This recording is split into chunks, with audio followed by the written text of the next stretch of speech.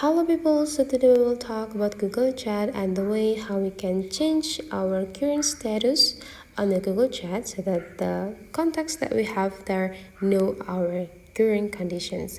So you just need to open the app library and just tap chat, and then you just need to open the applications, my bad. And the next thing we need to do is just go click this three straight line on the left corner, and then you just need to go click add a status, and you can just write your own status again. So it will just depending the way how you set the previous status duration.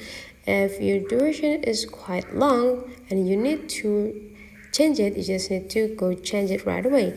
And if you want to create a new one, you just need to type your own, or you can also use the status format that already created by the Google Chat.